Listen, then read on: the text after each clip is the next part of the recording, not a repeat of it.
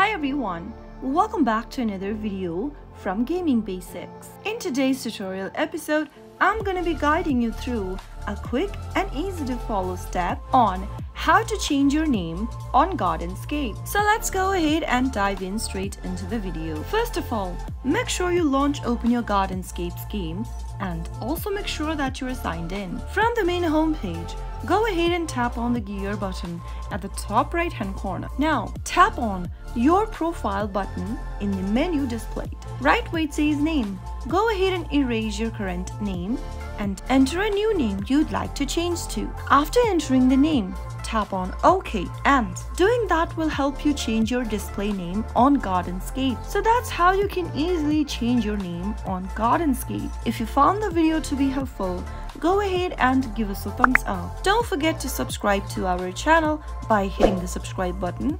Also press the bell icon so that you'll never miss another upcoming upload from us. I'll see you again in the next video. Goodbye till then.